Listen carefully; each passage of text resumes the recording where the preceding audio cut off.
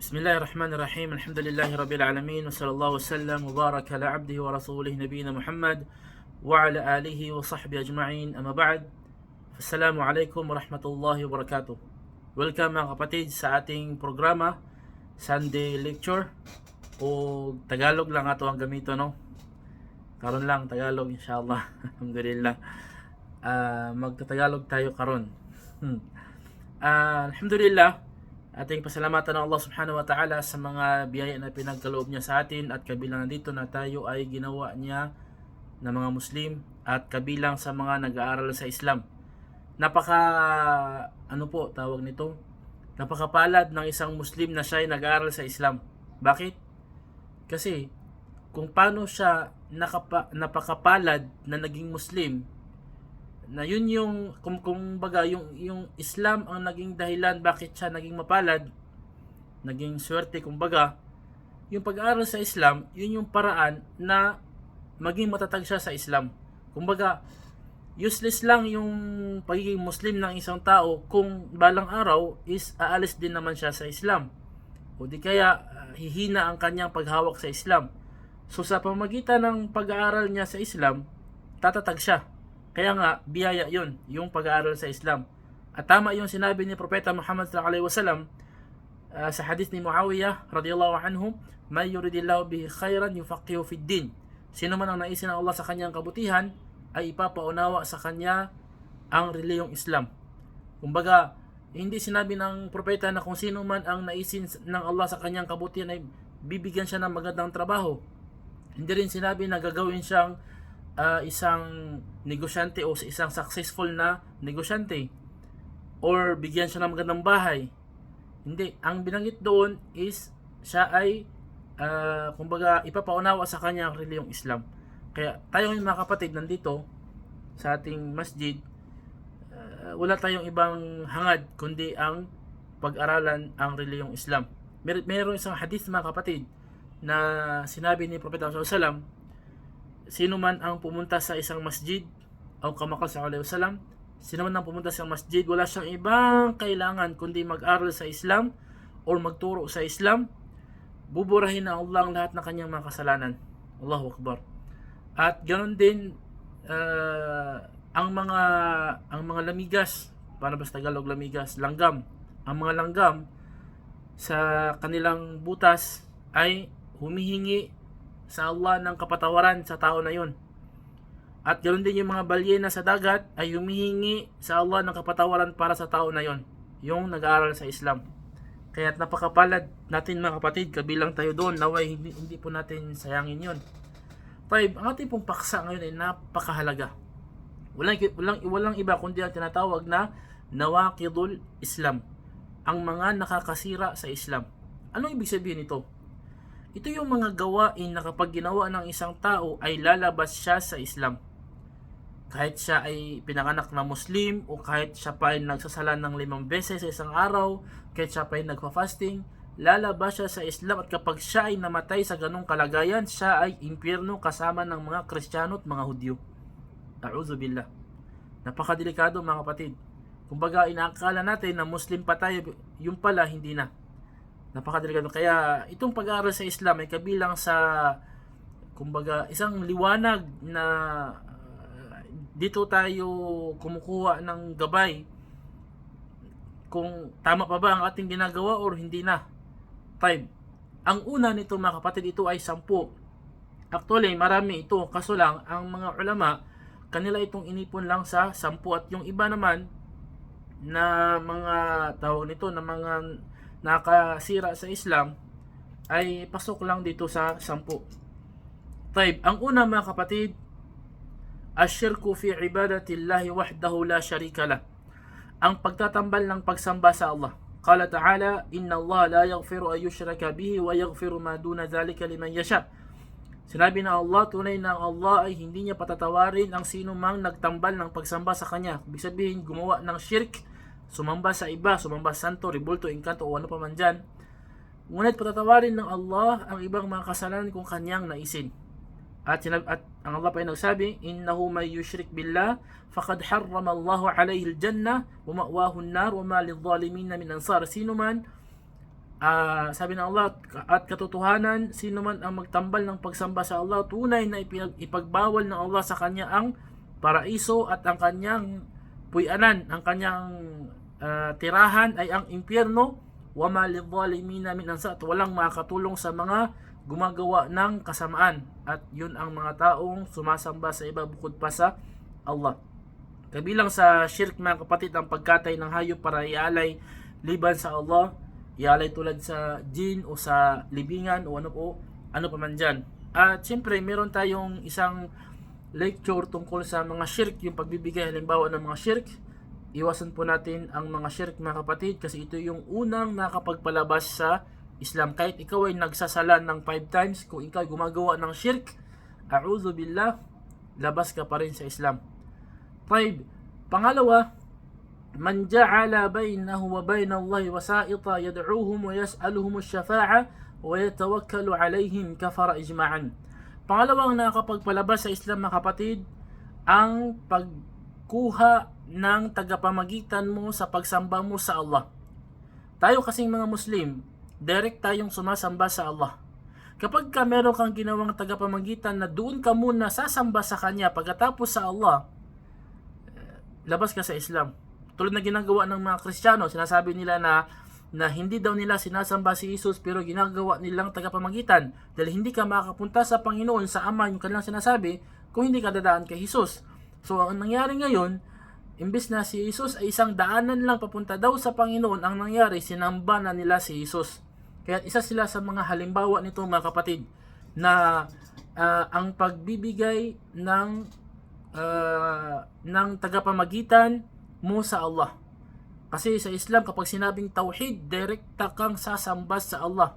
Hindi tulad ng iba na halimbawa sa mga Katoliko na kapag sila ay gustong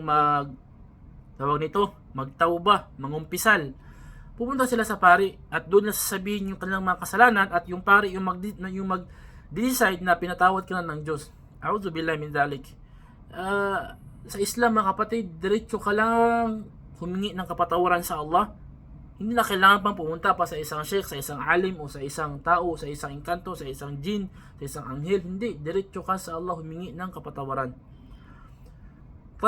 Pangatlo, nakasira sa Islam o nakapagpalabas sa Islam, man lam yukaffir al-mushrikina wa shakka fi kufrim aw sa'a madhhab kafar. Sino man ang hindi niya hatulan na kafir ang mga kufar, o di kaya nagduda siya sa kanilang pagiging kafir, o di kaya ginawa niyang tama pa ang kanilang pananampalataya, lumabas siya sa Islam. Ang ibig sabihin nito, mga kapatid, tayo na mga Muslim, naniniwala tayo na ang Allah lang dapat sambahin at ikaw ay magiging Muslim. Ngayon, kung may mga tao na iba ang kanilang relihiyon, mali sila, di ba? Na kumbaga nandun sila sa maling landas, maling pananampalataya. Ngayon ikaw na Muslim, kapag ka nagduda ka na sila ay mali ba sila o tama, hindi ka na rin Muslim. Lumabas ka sa Islam. O di kaya hinatulan mo na baka tama din ang kanilang relihiyon. Tama din naman, kumbaga ibang landas lang, pero isa lang yung pupuntahan. Hindi ka na rin Muslim. Kasi ang paniniwala na itinuro sa atin, mga kapatid, na isa lang ang landas papuntang paraiso. Sabi ng Allah, wa anna hadha sirati mustaqiman fattabi'uhu wa la tattabi'us subula fatafarraka bikum an sabili. Sabi ng Allah, tunay na ito yung landas ko, nag-iisang landas. Ito ang tahakin ninyo at huwag kayong sumunod sa ibang mga landas na magpapalayo sa inyo sa aking landas. Allahu Akbar. Isa lang, mga kapatid. Ngayon, kung ikaw ay may pagdududa sa isang taong hindi Muslim na siya ay nasa tama ba o mali, ikaw ay hindi na rin Muslim. Obligado na paniwalaan mo ang isang hindi Muslim na mali ang kanyang pananampalataya. At kapag namatay ang isang hindi Muslim, obligado na paniwalaan mo na siya ay sa impyerno.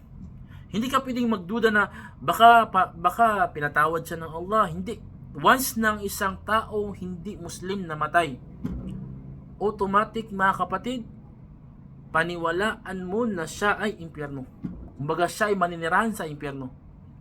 Kapag nagduda ka, labas ka sa Islam, kailangan mo magshahada ulit. Allahu Akbar. Kasi bakit ka lalabas sa Islam? Kasi pinagdududahan mo ang hukom ng Allah, na sino man ang namatay na hindi siya Muslim, siya ay papasok sa impyerno. Ngayon ikaw, ya Allah, tama ba? Kumbaga, meron kang pagdududa. So, kung ang taong merong pagdududa sa Allah, siya ay lalabas sa Islam. Ganoon lang kasimple mga kapatid. Time. Kaya dapat nating paniwalaan ng mga hindi Muslim, mali ang kanilang landas, at kapag namatay sila, impyerno ang kanilang pupuntahan. Pang-apat na nakakapaglabas sa Islam, man i'taqada anna ghayra hadi nabi sallallahu alaihi wasallam akmalu min hadihi aw anna hukma ghayri ahsana min hukmihi, kadhalika kalladhina yufaddiluna hukma at-tawaghiti ala hukmi fahuwa kafirun. Ito masyadong sensitive mga kapatid, itong pang-apat.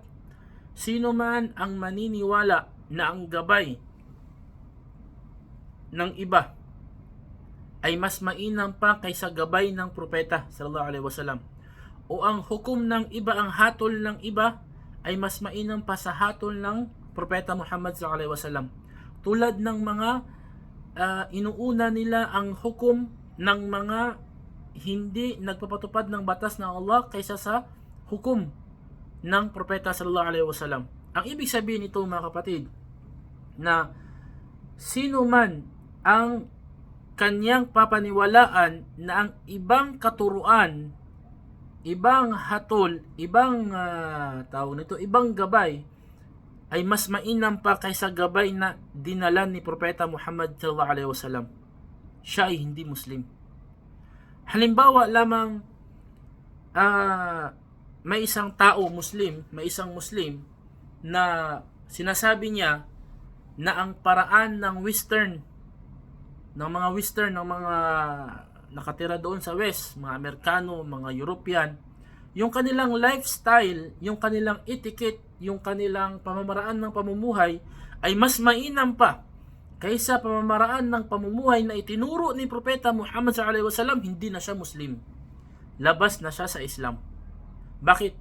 Kailangan bilang isang Muslim, obligado na paniwalaan mo na ang katuruan ni Propeta Muhammad sallallahu alaihi wasallam, ang pamamaraan ng pamumuhay ni Propeta Muhammad sallallahu alaihi wasallam, ang itinuro na landas ni Propeta Muhammad sallallahu alaihi wasallam, obligadong paniwalaan mo na yun ang tama at yun ang mas mainam, at wala nang mas mainam pa doon. Yun ang mas manaig. Yun ang landas na kumbaga magbibigay sa atin ng sistema dito sa mundo, yung kumbaga yung tamang sistema ng pamumuhay dito sa mundo, tamang paraan ng pagkilos, mga pagbigay ng hatol dito sa mundo. Kailangan paniwalaan natin na ang turo ni Propeta Muhammad, yun ang mas mainam mga kapatid kaysa turo ng iba. Itong topic na ito, itong pang-apat na ito, medyo malawak siya mga kapatid. Magbibigay tayo ng isa o dalawa o tatlong halimbawa. Ang una nito ay yung hatol. Kapag ikaw ay naniwala na ang hatol ng hindi Muslim ay mas mainam pa kaysa hatol ng Islam, hindi ka na Muslim. Hindi ka na Muslim. Halimbawa, ang hatol sa Islam, kapag ang isang tao ay nagnakaw, ay puputulan ng kamay. Ngayon ikaw, sabi mo, hindi yan magandang hatol. Kumbaga, hindi nabibigyan ng pagkakataon. Kamay po, grabe naman. Masyadong brutal. Mas mainam pa yung batas ng na ginawa ng constitution, halimbawa lang. Kasi ikukulong lang, tapos kumbaga mayroong pagkakataon na mabuhay na may kamay. Mas mainam pa yun. Kapag yun na ang ginawa mo, hindi ka na Muslim. Wallahi, labas ka na sa Islam. Kailangan mong magtauba, kailangan mong bawiin yung sinabi mo at magsyahada ka ulit. Kung hindi, kung ikaw ay mamamatay sa ganong kalagayan, kasama ka ng mga Kristiyano sa impyerno at mga Hudyo sa impyerno. A'udzu billahi min dzalik. Pangalawang halimbawa mga kapatid na batas ng Islam,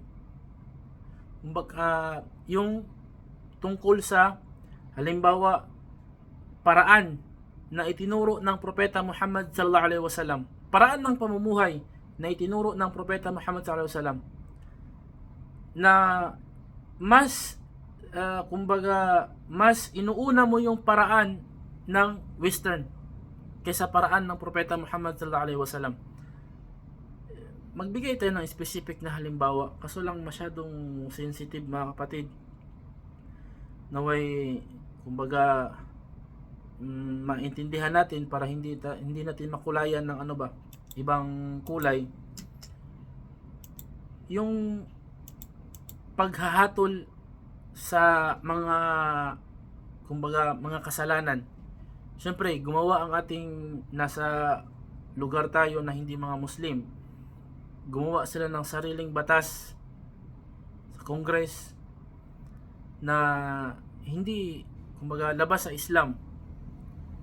Ang Islam kasi sapat na meron ng mga batas na nakasulat sa Quran at ganoon din sa Hadith. Sapat na yun para masolusyonan yung mga problema. Kaso lang, hindi nila pinaniwalaan. Ngayon, ikaw bilang isang Muslim na nakatira sa bansa na hindi Muslim, kailangan mong sumunod sa kanilang ginawang batas na kahit ito ay salungat sa Islam. Ito ay kung darura lang mga kapatid, kung kinakailangan lang. Kung hindi mo kailangan, wag mong gawin. Kung hindi mo kailangan, wag mong gawin. Pero kung kailangan mo sa ngalan ng pagprotekta ng karapatan, gawin mo. Halimbawa, yung pagpa-file ng mga cases, mga kaso. Siyempre, pupunta ka sa batas na hindi Islam. So, ang batas na ginawa ng mga tao, yun yung gagawin mong panghatol sa problema o para makuha mo yung karapatan mo.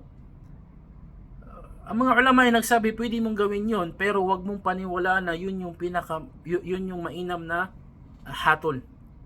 Kasi ang hatol pa rin ng Islam ang mas the best. Kaso lang wala tayong hatol sa Islam sa ating bansa. Kasi hindi naman tayo bansang Muslim. Pero kahit na pumasok ka sa ganun, nag-file ka ng case para makuha mo yung karapatan mo, hindi pa rin, wag mong ipasok sa puso mo na yun yung mas mainam. Hindi. Ang batas pa rin ng Islam ang mas mainam. Kaso lang, wala ang batas ng Islam. Para bagang tayam mo, walang tubig, kailangan mo magudo, lupa yung ginamit mo. Pero pag dumating yung tubig, kailangan tubig yung gamitin. Naam. Kaya nga, sabi ng mga ulama, kung hindi necessary mga kapatid na mag-file ng case, kung hindi necessary na pumunta sa korte, humingi ng tulong sa mga abogado na gumagawa ng batas na salungat sa Islam, mas mainam, wag na lang. Five, yun yung pang-ilan yun na kapatid? Pang-apat. Ulitin ko yung pang-apat, sino man ang maniniwala na ang batas ng iba ay mas mainam pa kaysa batas na ginawa ng propeta sallallahu alaihi wasallam, siya ay lumabas na sa Islam. Five, pang-lima mga kapatid na nagpapalabas sa Islam, man abghada shay'an mimma jaa bihi ar-rasul sallallahu alaihi wasallam walau amila bihi kafar. Sino man ang namuhi sa kahit anong bagay na dinala ng propeta sallallahu alaihi wasallam, kahit na kanya pa itong ginawa, siya ay lumabas na sa Islam, naging kafir na siya. Ang ibig sabihin ng panglima na ito, sino man ang namuhi sa kahit anong katuruan na itinuro ni propeta Muhammad sallallahu alaihi wasallam, siya ay lumabas na sa Islam. Halimbawa, kabilang sa itinuro ni propeta Muhammad sallallahu alaihi wasallam ay ang pagpapahaba ng balbas. Yan, hayaan mo siyang humaba. Yan yung turo. 5, ikaw na isang Muslim, nainis ka, hindi maganda yan, parang salungat sa kalinisan. Kumbaga, hindi ka sumang-ayon sa ganyang batas, ikaw ay lumabas na sa Islam. Allahumma musta'an. Tayo may nagtanong, paano Ustad yung mga babae na hindi tanggap ang pag-aasawa ng lalaki ng higit sa isa? Ang mga ulama, meron silang paliwanag doon. Kapag yung babae ay hindi niya tanggap ang ganong batas dahil sa kanyang emosyon lang niya, kumbaga yung batas na pag-aasawa na higit sa isa ay kumbaga pinaniwalaan niya na yun ay batas ng Islam, kaso lang mabigat para sa kanya, kumbaga bugat ba para sa kanya, sabi ng mga ulama, hindi siya lumabas sa Islam. Ang lalabas sa Islam kapag namuhi siya sa ganong batas, kumbaga walang kwentang batas na, kumbaga kung PI na batas na yan, bakit meron pang ganyan? Kapag yun ang kanyang paniniwala, lalabas siya sa Islam. Pero kung ang kanyang paniniwala is tanggap ko yung batas na yan, na batas yan ng Islam, kaso lang hindi ko kaya na yung husband ko ay mayroong ibang asawa. Kung ganun ang kanyang paniniwala, hindi siya lumabas sa Islam at mayroon siyang karapatan sa ganung bagay dahil kumbaga bilang isang tao, mayroon tayong mga emosyon na minsan hindi natin makontrol. Ito ay kahalintulad lamang mga kapatid ng pagsasala ng Salatul Fajr. Para mas maintindihan ninyo, lahat tayong mga Muslim, alam natin na ang pagsasala ng Salatul Fajr ay obligado. Tayo, dumating na yung oras ng Fajr, ngayon inaantok ka, mas pinili mo pa rin yung sarili mong kagustuhan at hindi ka nagsala. Ngayon, ang tanong doon, lumabas ka na ba sa Islam? Ang sagot, hindi. Nagkasala ka lang, pero hindi ka lumabas sa Islam. Ganon din yon. Yung isang babae na hindi niya tanggap ang pag-aasawa na higit sa isa, kung yung hindi niya pagtanggap ay dahil lang sa kanyang emosyon na ayaw niya na meron siyang kahati sa kanyang husband, hindi siya lumabas sa Islam. As long as tanggap niya yung batas na yun, hindi siya namuhi sa batas na yun. Pero kung siya ay namuhi sa batas na yun, labas siya sa Islam.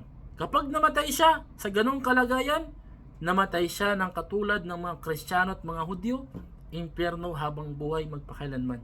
A'udzubillahi min zalik. Ulitin ko mga kapatid, itong panglima na nakapagpalabas sa Islam, sino man ang namuhi sa kahit anong batas na dinala ni Propeta Muhammad sallallahu alaihi wasallam, kahit kanya pa itong ginawa, siya ay lumabas na sa Islam. Kahit ano, halimbawa yung turo ng Propeta Muhammad sallallahu alaihi wasallam na halimbawa lang kapag may dumapo na langaw doon sa tubig, ang sabi ng Nabi sallallahu alaihi wasallam, isubsob mo yung langaw tapos tanggalin mo at yung tubig pwede mo nang pwede mo nang inumin yung tubig. Ngayon, kapag sabi mo, napakadumi naman yan, yun yung paniniwala mo, madumi, so ngayon labas ka na sa Islam. Pero kumbaga pinaniwalaan mo na tama yung batas na yan, pero kaso lang parang hindi mo kayang inumin, hindi ka lumabas sa Islam. Ang nakapagpalabas sa Islam kapag ka may paniniwala ka na pangit yung ganyang uri ng batas. Yun yung nakapagpalabas sa Islam. Type. Pang-anim mga kapatid, sino man ang magbugal-bugal, mangutya, magbibiro sa kahit anong katuruan na itinuro ng Allah at ng Propeta sallallahu alaihi wasallam. Kumbaga, kung ikaw ay magbibiro, wag lang sa relihiyon. Kasi lalabas ka sa Islam. Hindi pwedeng biruin ang kahit anong pagsamba mga kapatid. Hindi pwedeng kumbaga, hindi ka pwedeng magbiro sa kahit anong bagay na konektado sa relihiyong Islam. Kasi nakapagpalabas yun sa relihiyong Islam. Type. Pang-pito mga kapatid is ang sihir o ang barang. Kapag ginawa mo ito, labas ka na sa Islam. Pang-walo mga kapatid ay ang pagtulong sa mga hindi mananampalataya para kalabanin ang mga mananampalataya. Kumbaga, tinutulungan mo yung mga hindi Muslim para kalabanin yung mga Muslim, lumabas ka na sa Islam. Kumbaga, wala ka ng pananampalataya. Tinanggalan ka ng Allah ng iman. Pang-siyam mga kapatid ay sino man ang maniniwala na may mga taong hindi sakop sa batas ni Propeta Muhammad sallallahu alaihi wasallam, siya ay hindi na Muslim. Bakit? Kasi ang ating paniniwala mga kapatid, lahat ng tao, Musliman o Kristiyano o Hudyo o ano pang kanyang reliyon sa panahon ni Propeta Muhammad sallallahu alaihi wasallam hanggang sa huling araw, lahat sila ay sakop sa batas ni Propeta Muhammad sallallahu alaihi wasallam. Walang ni isang tao ang pwedeng lumabas sa batas na dala ni Propeta Muhammad sallallahu alaihi wasallam. Kung ikaw ay maniniwala na may isang tao, grupo ng mga tao na hindi sakop ng batas ni Propeta Muhammad sallallahu alaihi wasallam, pagkatapos na naging propeta ang Propeta Muhammad sallallahu alaihi wasallam, labas ka sa Islam. A'udzubillahi min dzalik. Pag namatay ka tulad ng mga Kristiyano at mga Hudyo. Ang pang-sampu mga kapatid, panghuli, al-i'radu an dinillah la yata'allamuhu wa la ya'malu bihi. Ang pagtalikod sa relihiyon ng Allah na hindi niya ito pinag-aaralan at hindi niya ito isinasabuhay. Sabi ng Allah, man adlamu mimman dhukira bi ayati rabbi thumma 'arada anha inna minal mujrimina muntaqimun. Sabi ng Allah, at sino pa baga ang mas masahol pa sa kasamaan ng isang taong pinaalala sa mga palatandaan ng kanyang Panginoon ng Allah at pagkatapos kanya itong tinalikuran, tunay na kami ay gaganti sa mga mapagawa ng kasamaan. So ang pagtalikod mo sa relihiyong Islam, hindi mo ito pinag-aaralan, hindi mo ito isinasabuhay, yun ay nagpapalabas sa iyo sa Islam. Kahit natanggap mo pa ang relihiyong Islam, pero hindi mo isinasabuhay ang Islam. At hindi mo pinag-aaralan ng Islam. Kaya napakadelikado mga kapatid, kung ikaw ay iniimbitahan na mag-aral sa Islam tapos tumatanggi ka, palatandaan yun na para bagang palapit ka, kung baga papalapit ka doon sa ganong gawain na tinatalikuran mo ang relihiyong Islam at baka ikaw ay tuluyan ng makalabas sa relihiyong Islam. Kaya isang kumbaga sa pang-sampu na ito, napakapalad ng isang tao na kumbaga ginawang madali sa kanyang pag-aaral sa Islam kasi mapuprotektahan yung kanyang pagiging Muslim. At kapag kanya itong tinanggihan pa sa kabila ng napakadali ng pag-aaral sa Islam, palatandaan yun na parang tumatalikod siya. At ang pagtalikod sa pag-aaral sa Islam ay pagtalikod sa relihiyong Islam. A'udzubillahi min dzalik. Itong 10 na ito mga kapatid ay walang pinagkaiba dito ang mga nagbibiro, seryoso o natatakot.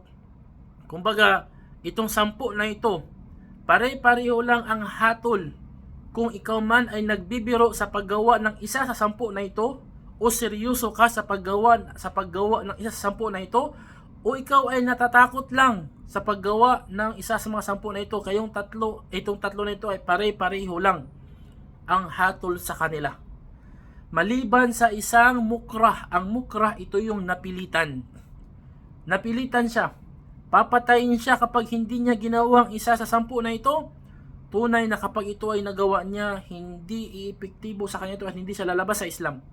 Hindi siya lalabas sa Islam. Pero kapag walang pumilit sa kanya, kahit nagbiro siya, o seryoso siya, o natatakot siya, kapag ginawa niya isa sa 10 na ito, lumabas siya sa Islam. At kapag namatay siya sa ganung kalagayan, a'udzubillahi min dzalik, namatay siya tulad kung paano mamatay si Iblis, kung paano namatay ang mga Kristiyano at mga Hudyo. Magsama-sama sila sa impyerno, a'udzubillahi min dzalik, at walang katapusan na buhay doon sa init ng parusa, a'udzubillahi min dzalik.